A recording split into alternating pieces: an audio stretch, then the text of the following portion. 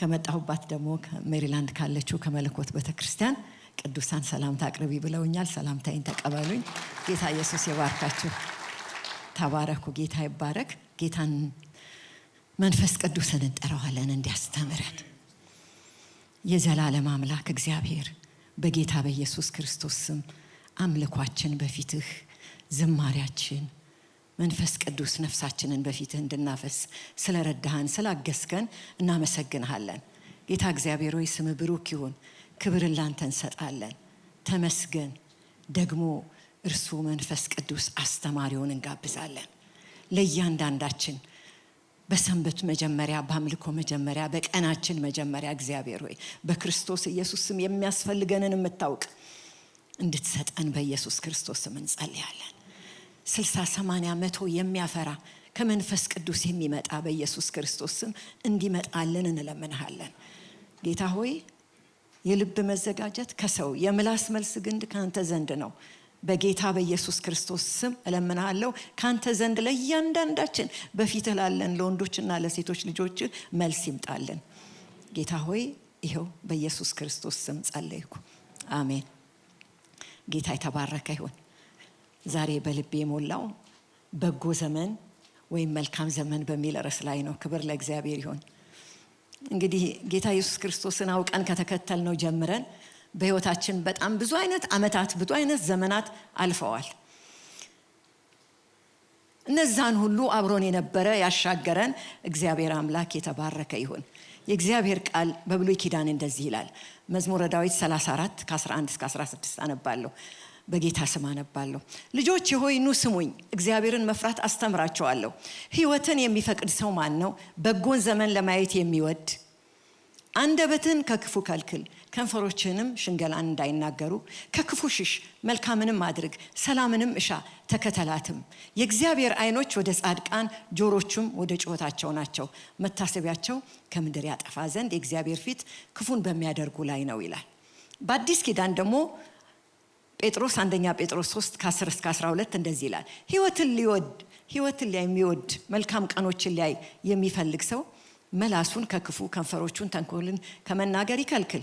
ከክፉ ፈቀቅ ይበል፣ መልካምንም ያድርግ፣ ሰላምንም ይሻ ይከተለው።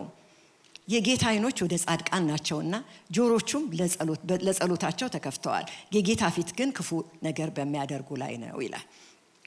ሲጀምር ልጆቼ ሆይ ስሙኝ ብሎ ነው የሚጀምረው። ስሙኝ። መስማት በብሉይ ኪዳን በሂብሩ ሼማ ነው የሚባለው። ሼማ ማለት መስማት ብቻ ሳይሆን ሊስን ኤንድ አክት፣ ሰምቶ ማድረግን እንጂ በዚህ ሰምቶ በዚህ ማፍሰስን አይደለም የሚለው።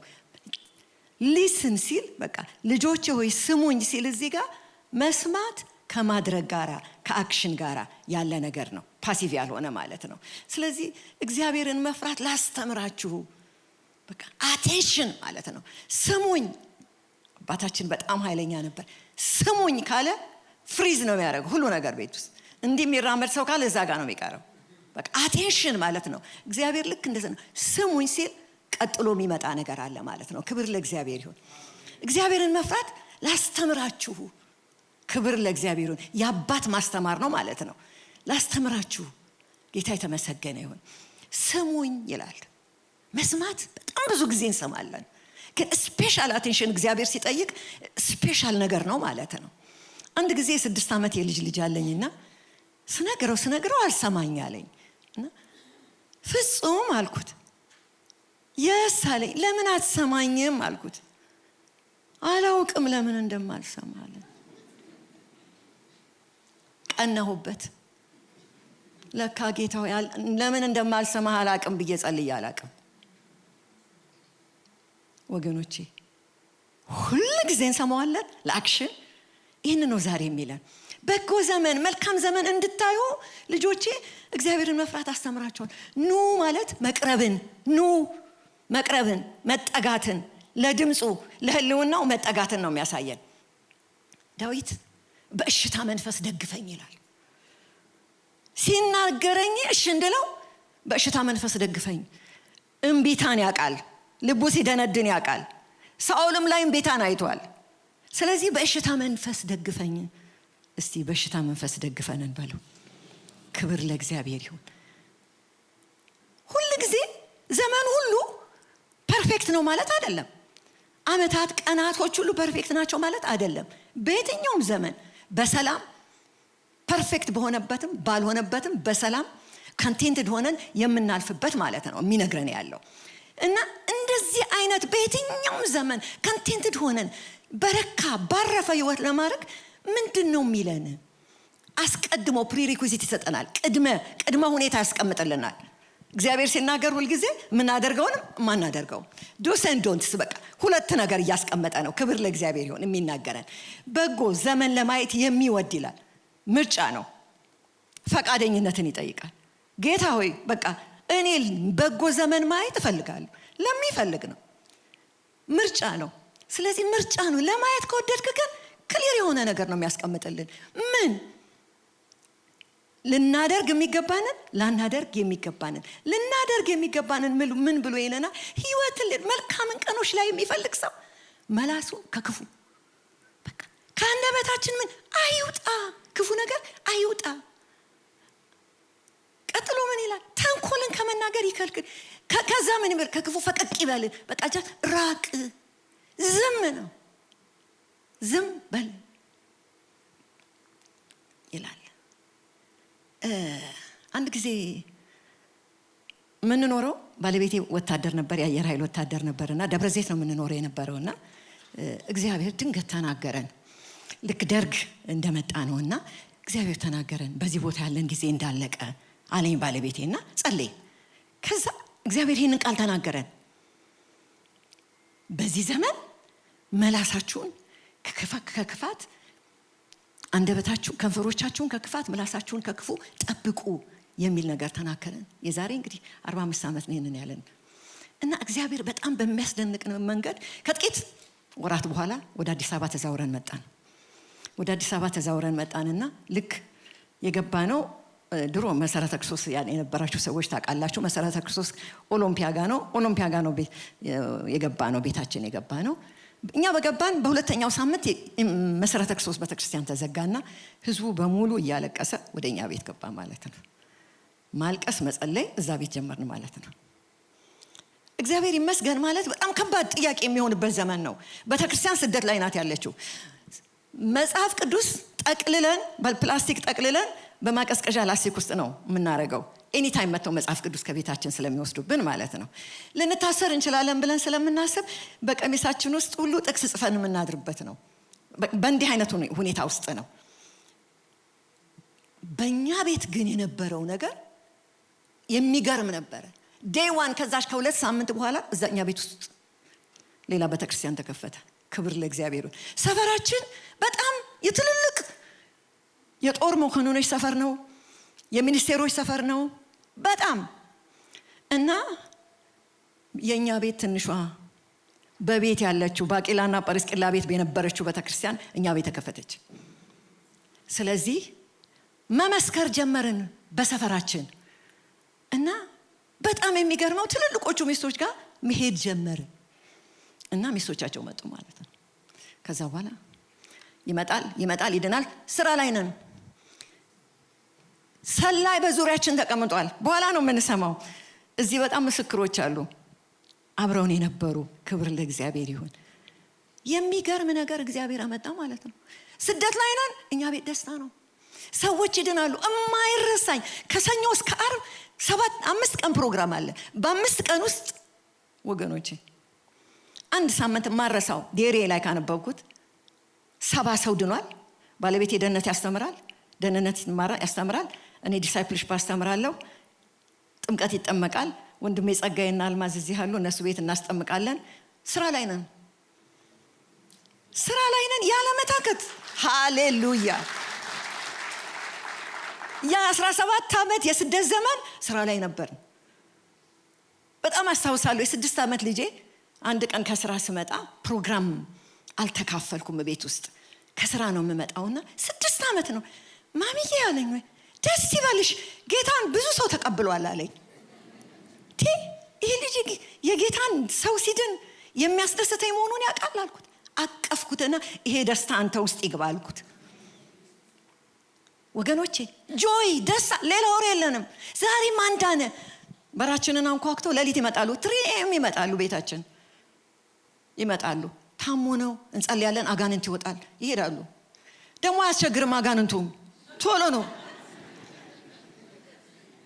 አስወጥተን ተመልሰን እንተኛለን። በእግዚአብሔር ፊት ነው የምላችሁ የሚያስደንቅ የእግዚአብሔር ህልውና ከኛ ጋር ነበር። ሊያይ የሚወድ ቢኖር የእግዚአብሔር አይኖች በጻድቃን ላይ ናቸው። ክፉ መልካም ዘመንን ሊያይ የሚወድ ምርጫ ነው፣ ምርጫችን ነበረ። ይሉና እንደው ስትወጡ ሲወጡ ሰው እንደው ሁለት አንድ ሆኖ እኛ እሱን ከማድረግ ከአቅማችን በላይ ሆነ። ስለዚህ ሰው ራሱ ስኬጁል ያወጣ ነበር። የማይረሳኝ አንድ ሌባ ዳነ ማለት ነው። የታወቀ ፒያሳ የሚታወቅ ሌባ ነው። አንዲት ይዛው መጣሽ ማለት ነው። መጣና እኔ ታወቅኩ ሌባ ነኝ አለ በቃ። እና ጌታን ተቀበለ፣ ተለወጠ። ምን ስራ መስራት ትችላለህ? ሊስትሮ ጠርጋለሁ አለ። እዛው የሊስትሮ ዕቃ ገዛንለት። ይመጣል በየቀኑ እዛሽ ጋር ይሆናል። ሀብታም ሆነ ማለት ነው። እዛ የሚገባውን ሰው እግር መጥረግ ጫማ መጥረግ ጀመረ ማለት ነው። ምን አለኝ አንድ ቀን እሱ ያለው ለምንድነው እዚህ ጋር ድንኳን ማንተክለዋል? ቤት ውስጥ እግዚአብሔር ከከለለን አለኝ በድንኳን አይከልለንም አለኝ። ይሄ ሰው የእምነቱ አለፈኝ አልኩኝ። በእግዚአብሔር ፊት ነው የምላችሁ የክፉ ዘመን ነው፣ በጣም ከባድ የስደት ዘመን ነው። ለእኛ ግን መልካም ዘመን ነበር። ምርጫ ነው። የሚገርመኝ መኝታ ቤት ስንጸልይ መስኮቴን ከፍታለሁኝ ድምፅ እንዳይወጣ ብዙ እንዳይል ነው። ለካ ከቤታችን ቀጥሎ ያለው ዋናው ከደህንነት እኛን እንዲሰልሉ የገቡት ሰዎች ናቸው። እና አንድ ቀን ሴትዮዋ ልጆች ትምህርት ቤት አድርሰን ስንመጣ አገኘችኝ ባለቤቱ እና እጄን ጎትታኝ አንድ ነገር ላሳይሽ አለችኝ እና ወሰደችኝ። ግቢው አቆመችና ይሄም ታያዋለሽ ስላ ልክ እንዲዞር ብዬሳ ገብቻ አላቅም። የኔ ቤት መስኮት ነው የሚታየው ማለት ነው። ይኸውልሽ እቺን ወንበር ታያታለሽ፣ እዚህ ጋር ሆኜ የምትጸልዩን ሁሉ ሰማሻለሁ አለች። እና አሳልኳት እዚህ ጋር ሆኜ ነው ጌታን የተቀበልኩት አለች። ሃሌሉያ! በጎ ዘመን አለው። የትኛው መራራ ዘመን በጎ ዘመን ማየት እንችላለን። በጎ ነገር ማየት እንችላለን። ወገኖቼ ክብር ለእግዚአብሔር ይሁን። ጌታ መልካም አምላክ ነው። እግዚአብሔር ይህንን ነው የሚለን፣ ከክፉ ራቅ፣ ሰላምን ተከታተላት። ሰላምን መልካምን ነገር ተከታተላት። የትኛውም ዘመን ለኛ ምቹ አይደለም፣ በየትኛውም ዘመን። ከዛ በኋላ ደግሞ ያኛው ዘመን ሲያልቅ ደግሞ ኢህአዴግ መጣ ማለት ነው። ኢህአዴግ ስንት ሰው በቤታችን ውስጥ እንዳለፈ ልነግራችሁ አልችልም። አንድ ወንድም ምን አለን፣ የአጥቢያ ቤተክርስቲያን የሙሉ ወንጌል ሩዋንዳ ሙሉ ወንጌል ሲቋቋም እኔ እኮ ስቆም አለ ልክ እናንተ ቤት ምቆም ነው የሚመስለኛል። የኛ ቤት ቤተክርስቲያን ሲትከፈት ወደዛ ወደ ቤተክርስቲያን ገባን ማለት ነው። ክብር ለእግዚአብሔር ይሁን። ኢህአዴግ መጣ። ኢህአዴግ ከመጣ በኋላ ባሌ ወታደር ነው፣ ታሰረ ማለት ነው። ልጆቼ ጠየቁኝ፣ ለምን አሉኝ። እንጠይቀው፣ የወሰደውን እንጠይቀው። ተንበረከክን፣ ስንጸልይ እግዚአብሔር ለስራው ስጀዋለሁ አለን። በቃ በጣም በሚገርም ጾም ጸሎት ላይ ሆነን መሬት ተኝተን እየጸለይን በማለዳ አንድ ወንድም ደወለ። የቤተክርስቲያን ሽማግሌ ነው። ቃቁ እየጸለያችሁ ነው አለ። አሁን ጌታ እኮ ጋሽ ክፍሌን የወሰድኩት ለስራዬ ነው አለኝ አለ። አሜን። ና ቆይ ጠራው፣ ልጆቼን አሰማኝ አለ። ተነሳን፣ ከመሬት ተነሳን። አሁን ስራ ላይ ነን፣ እስር ቤት የለም። ክብር ለእግዚአብሔር ይሁን። ስለዚህ ሄድኩኝ። የታሰሩ ጦላ የሚባል ቦታ ነው፣ ሩቅ ቦታ ነው። ሄድኩኝ፣ አየዋቸው። 20,000 ሰው ታስሯል።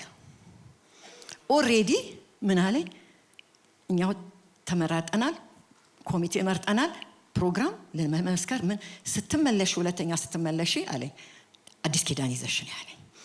ታሪኩን አላበዛም፣ 20,000 አዲስ ኪዳን አስገባሁ። ክብር ለእግዚአብሔር ይሁን። 20,000 አዲስ ኪዳን አስገባ። ባለቤቴ ከሰኞ እስከ ዓርብ 150 ሰው ጠዋት፣ 150 ሰው ከሰዓት በኋላ ደህንነት ያስተምራል። ስለዚህ እቺኛዋ ቤታችን ወዴት ሄደች? ወደ ጦላ ሄደች ማለት ነው። ሃሌሉያ። አንድ ቀን እየተፈተሽን ነው የምንገባው። ስንገባ በራፍ ላይ ቆመን በጣም ኢህአዴጎቹን አሳዘንኩኝ። ትንንሽ ልጆች ናቸው። ጌታ ሆይ እነዚህ ልጆች አሳዘኑኝ አልኩት። ንገሪያቸው አለ። ከዛ መጣና ሲፈትሸን ጠየቀኝ። ምንድን ነው ያዝሽው አለኝ። ይሄው አልኩኝ። አሳየሁት። ስም ማን ነው አልኩት። እስጢፋኖስ አለኝ። መጽሐፍ ቅዱሴን አወጣሁኝና አዲስ ኪዳን አነበብኩለት። እስጢፋኖስን ታሪክ አንተ እግዚአብሔር አንተ እንደ እስጢፋኖስ ማድረግ አይችልም አለ አለኝ። እንዲያላገኝና እኔ እንጃ ይችላል እኔ አላቅም አለኝ። ይችላል አሁን ልጸልይልህ አልኩት ማለት ነው። እሺ አለኝ። ቆሞ ጌታን ተቀበለ። አዲስ ኪዳን ሰጠሁት። እዛ ያሉት ያድጎች በሙሉ ለኛም ሁሉ ከዛ ስም አወጡልኝ። ክብር ለእግዚአብሔር ይሁን። እኔ ዓርብ ሄጄ እሁድ ነው የምመለሰው። 2 ቀን አድራለሁ ጦላይ ማለት ነው። ስንሄድ ማደሪያ ቦታ ይሰጡናል በደንብ ከቤተሰቦቻችን ጋር። ስለዚህ ቅዳሜና እሁድ ካውንስሊንግ አለብን ማለት ነው። የቦሌዋ ቤታችን ጦላይ ሃሌሉያ ቅርንጫፍ አላት። እግዚአብሔር የሚያሰማራንን ጊዜ ያውቃል። ታዲያ አልኩት ባለቤቴን ማን ነው ታዲያ አቬሌብል አሁን ካንተ ሌላ እዚህ ሊሆን የሚችለው? እግዚአብሔር ትክክል ነው አይሳሳትም። በየሳምንት በሄድኩ ቁጥር 200 300 400 አዲስ ኪዳን እያስኩ ነው የሚሄደው። እና ስም አወጡልኝ ማለት ነው። ያድጎቹ አንዱ ስመለስ ሰዓት የተበላሸ ይለኛል፣ ሆዴና መመኝ ይለኛል፣ መድኃኒት አምፒሲሊን ይዤ እሄዳለሁ፣ ምን እሰጣለሁ። ቤተኛ ሆነን ማለት ነው። እና ሰላማዊት ይሉኛል። ስሜን ያውቃሉ ግን ሰላማዊት ይሉኛል። ስለዚህ ጦላ የሚያቀኝ ሰው ሁሉ ሰላም መሆኔ ነው የሚያውቁት። አንድም ሰው ትክክለኛ ስሜን አያውቅም። እነሱ ያወጡት ስም ነው። በጣም ፍቅር ሆነን እኔ ከአድጎቹ ጋር ባለቤቴ ከእስረኛው ጋር ሃሌሉያ። ዲፓርትመንታችን ተለያየ። ቀላል ነው ቀላል አይደለም። አብረውኝ ይዣቸው የሚሄደዋለሁ ባሎቻቸውን የሚጠይቁ ወገኖች። ግን አንቺ ጤነኛ ነሽ? ባልሽን ካሰረ ሰው ጋር እንዲሆነሽ? ባል እኮ አልታሰረም እላቸዋለሁ። የኔ ባል አልታሰረም። የኔ ባል ሂዝ ኦን ሚሽን ስራ ላይ ነው ያለው። በጎ ዘመን ማለት ይሄ ነው ወገኖቼ። በጎ ዘመን ማለት ክብር ለእግዚአብሔር ይሁን። የትኛው ዘመን ላይ ነው? የትኛው ዘመን ነው ወገኖቼ? ሰላምን ተከታተላል። ዶንት ዱ ያለን ምላስህን ከልክል። ለካ ሰው ስራ ሲፈታ ነው የሚያወራው። ክፉ መልካምም ያልሆነ ሰው ነገር ካፉ የሚወጣው ስራ ሲፈታ ነው። እስቲ ስራ አልፈታም በሉኝ። ሃሌሉያ። ስራ አትፍቱ። በእግዚአብሔር ቤት ውስጥ ስራ መፍታት አደገኛ ነገር ነው። ለክፉ አእምሮ መሰጠት ነው። እኔ ምን ልስራ አትበሉ። እግዚአብሔር ስራ አለው። ማንም ትርፋንጀት የለም እግዚአብሔር ቤት ውስጥ። ሁሉ እኛን ትርፋንጀት ሲኖር ይወጣል አይደል? ሌላ ሁሉ እኮ ፋንክሽን ያደርጋል ወገኖቼ። እግዚአብሔር በየትኛውም ዘመን የትኛውም ሀገር እንሆን በጎ ዘመን አለው። በጎ ዘመን ማየት ያመለካከት ለውጥ ነው። ያስተሳሰብ ለውጥ ነው። ምርጫ ነው። የምናየውን ምርጫ ነው ወገኖቼ። እነዛ በዛን ጊዜ የዳኑት የኢህአዴግ ሰዎች ቢሮዬም ቤቴም ክፍት ነው ለነሱ። ኤኒ ታይም ይመጣሉ። የማይረሳኝ አንደኛው ልወጣ ስል ከግቢ በመኪና እየወጣን ከጦላይ ግቢ ላናግርሽ አለኝ። አናግረኝ አልኩት። እኔ መማር ነው የምፈልገው፣ ውትድርና በቃኝ። ስለዚህ ምን ትኛለሽ አለኝ። አሁን ጸልይልሃለሁ። በቃ አልኩት። አሁን ጸልይልሃለሁ። ጸለይን። አብረን ጸለይን። እንዲህ ቅጠል ስር ገባ ብለን ጸለይን። ዶክመንቱን ሰጠኝ። መጣው አፕሊኬሽን ጻፍላ አዲስ አበባ ዩኒቨርሲቲ። በጣም ኬፓብል የሆነ ልጅ ነው። መግቢያው ጊዜ ነው፣ ክረምት ነው፣ መስከረም ትምህርት ቤት ሊከፈት ነው። መጣ። ሰኞ ዕለት መጣ። ሄደን ይዘነው ሄድን አዲስ አበባ ዩኒቨርሲቲ። ተቀበሉት። ክብር ለእግዚአብሔር ይሁን። ተምሮ ጨረሰና ትግራይ ለአገልግሎት ሲሄድ አገኘሁት። ስፈልገው አገኘሁት። የአንድ ትልቅ መስሪያ ቤት ኃላፊ ሆኗል። ክብር ለእግዚአብሔር ይሁን። አስተናገደን። ጌታ የተባረከው። ያመልካል ከቅዱሳን ጋር። ክብር ለእግዚአብሔር ይሁን። ወገኖቼ በጎ ዘመን አለ። አዎ በጎ ዘመን አለ። የምንጣላቸው በጎ ዘመን ምርጫችን ሲሆን የምንጣላቸው ሰዎች የሉንም። በየትኛውም ዘመን እኛ አንድ ጠላት አለን፣ እርሱም ዲያብሎስ ነው ከማንም ጋራ። ስለዚህ በመንገዳችን ሁሉ የእግዚአብሔር መንግስት ትሰራለች፣ ትበራለች። ክብር ለእግዚአብሔር ይሁን። የምድር ብርሃን ሆነን የዓለም ብርሃን ሆነን እናልፋለን። ጌታ የተባረከ ይሁን። ስለዚህ አታርጉም ይለን ምንድን ነው? ከክፉ እንከልከል። ይሄ ከባድ ቻሌንጂንግ ዘመን ላይ ነን ያለነው ወገኖች። በጣም አሁን እንሄዳለን እንመላለሳለን ሀገራችን። በጣም ሌላ ደግሞ መልእክት ሰጥቶናል ለትውልዱ። እንወጣ እንወጣለን እንገባለን። አንዳንድ ጊዜ ግን እናንተ ጤነኞች ናችሁ ይሉናል። በጣም ጤነኛ፣ በጣም ምንም ችግር የሌለብን። እንዴት ነው እንዲህ የምታስቡ? እንደዚህ ነው የምናስበው። ምርጫ ነው። መልካምን ዘመን ለማየት የሚፈልግ ቢሆን ምርጫ ነው። ዶንት ዱ ምናደርገው ማናደርገው ለይተን እንወቅ። ምን ለምን በጎ ዘመን ለማየት ምንድነው ማድረግ ያለብን? መንቃት። እንደዚህ ይላል አንደኛ ጴጥሮስ 5:8 በመጠን ኑሩ፣ ባላጋራችሁ ዲያብሎስ የሚውጣውን ፈልጎ እንደሚያገሳ አንበሳ ይዞራልና ንቁ። just be aware። የማስበው ሐሳብ ይህ ሐሳብ ለበጎ የበጎ ነው፣ ያንተ ነው። ጴጥሮስን ያለውን ታስታውሳላችሁ አይደል? ጌታ ኢየሱስ ዞር አለና አይሆንብህ አለው። ወደ መስቀል ይሄድ። አሁን አንተ ሰይጣን ዞር በላለው። የሰውን እንጂ እግዚአብሔርን ሐሳብ አታውቅም አለው። የሰው ወይስ እግዚአብሔር? የጠላት ወይስ እግዚአብሔር ሐሳብ ወደ ሐሳባችን የሚመጣው? እሱን ነው ንቁ የሚለው። ለምን የሚዞራል ሐሳባችንን የሚወስደው? እስቲ እነቃለሁ በሉ። ምርጫችን ነው በጎ ዘመን ማየት ወገኖቼ።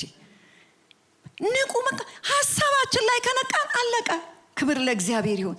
እንደዚህ ይላል አንደኛ ቆሮንቶስ 11:3 ነገር ግን እባብ በተንኮሉ ሔዋንን እንዳሳታት ሐሳባችሁ ተበላሽቶ ለክርስቶስ ከሚሆን ቅንነትና ንጽሕና ምናልባት እንዳይለወጥ ብዬ እፈራለሁ አለ። በትጋት የሚሰራ ይዞራል። እንደ ጥንቱ ነው። ምንድነው የሚያበላሸው? የሰው ሐሳብ ያበላሽና ለክርስቶስ ያለን ቅንነትና ንጽሕና ያጠፋብናል። የቆሮንቶስ ቤተክርስቲያን እኮ ስንት ችግር አላት። ሐዋርያው ጳውሎስ የሚያውቀው እኔ የሚያሰጋኝ ሌላው አይደለም አለ። ይሄ የመጥቶ ሐሳብ የሚያበላሽ ሰውን ከእግዚአብሔር ከመንገዱ የሚያወጣ እሱ ነው አለ። ይሄንን በቃ የምፈራው የምሰጋበት ይሄ ነው። ሐሳብ ያበላሻል፣ ቶት ላይፍ ያበላሻል። ወገኖቼ ስንት ነገር እናስባለን ስንወጣ ስንገባ። ዛሬ እግዚአብሔር ይርዳን ከክፉ ከንፈራችንን አፋችንን ከክፉ የሚከለክል በየትኛውም ዘመን በጎና መልካም ዘመን ላይ የሚወድ የሚለው ምርጫ ነው። ወደ ልባችን እንመለስ። ለሰዎች ያለን ልብ ሰፊ ይሁን። ጀጅመንታል አንሁን። ልባችንን እናስፈው። እኔ በአሜሪካን ሀገር በጣም በተለያዩ ሀገሮች ምንም ብርና ወርቃቸው አያጓጓኝም። የሚያጓጓኝ አንድ ነገር ነው። የወደቀ ሰው ይነሳል። ማንሳት ይችላሉ። ከወደቀው ታሪካቸው ብዙዎችን ያነሳሉ። 1 ሚሊዮን ሰው ቪው ያደርጋል። 1 ሚሊዮን ኮፒ የድካሙን የጻፈ ሰው እንሰማለን። ሰውየው አስተካክሎ ሄዶ እኛ ገና እዛ ጋር እየኮነን ነው ነን። እሱ እኮ አስተካክሏል፣ ከጌታ ጋር መንገዱን ጨርሷል። ስለዚህ መካከላችን ሰው አይነሳም። በዚህ ትውልድ ግን ይነሳል። ክብር ለእግዚአብሔር ይሁን። ለእህቶች እየነገርኳቸው ነበር። በጣም የሚያስገርም ታሪክ በህይወቴ ከተደነቅኩበት የሚደነቅ ትውልድ ነው። አሜዚንግ የሆኑ ወንድሞች፣ አሜዚንግ የሆኑ እህቶች እግዚአብሔር ደግሞ እያስነሳል። ባለትዳር ናቸው። 4 ዓመት አብረው ኖረዋል። መጨረሻ ላይ አየችው። በጣም ጌታን የሚወድ የሚያገለግል መጋቢ ነው። ጌታን እጅግ የሚወድ ነው። እና ለካ ያገባሁህ የምወድህ መስሎኝ ነበርና አልወድህም ለካ አለችው። ውስጤን ሳዳምጠው በቃ አልወድህም፣ ስለዚህ በቃ መፋታት አለብን አለችው። ፍቅር ብቻ ነው ጥያቄሽ አለው። ታዲያ ምን ችግር አለ? ለኔም ላንቺም የሚበቃ ፍቅር እኔ ጋር አላት። ሃሌሉያ። እንኖራለን። እኔ ላንቺ ለኔ የሚበቃ ፍቅር ለኔ ጋር ያንቺንም የኔንም ይሸፍናል። ክብር ለእግዚአብሔር። እምቢ ብላ ሄደች። 2 ዓመት ቆይታ መታ ይቅርታ ጠይቃ አሁን ደግሞ እኔ ጋር ላንተም ለኔም የሚበቃ ፍቅር አላለችው። ሃሌሉያ። ክብር ለእግዚአብሔር ይሁን። አሜዚንግ ታሪካቸውን ኦፊሻሊ እየወጡ እየመሰከሩ ነው። ወድቀው የሚነሱ የወደቀችበትን ሳታፈር እየተናገረች። ወገኖቼ ልባችን ለምህረት ይስፋ። ሰዎች ይወድቃሉ፣ ይነሳሉ። ጻድቅ 7 ጊዜ ይወድቃል፣ 7 ጊዜ ይነሳል። በጎ ዘመን ማለት የወደቁ ሲነሱ የምናይበት ነው። ክብር ለእግዚአብሔር ይሁን። የሌሎችን መነሳት ነፍሳችን ሐሴት በመታደርግበት ክብር ለእግዚአብሔር ይሁን። መላሳችንን ከክፉ ከንፈራችንን እንጠብቅ። ወደ ልባችን እንመለስ።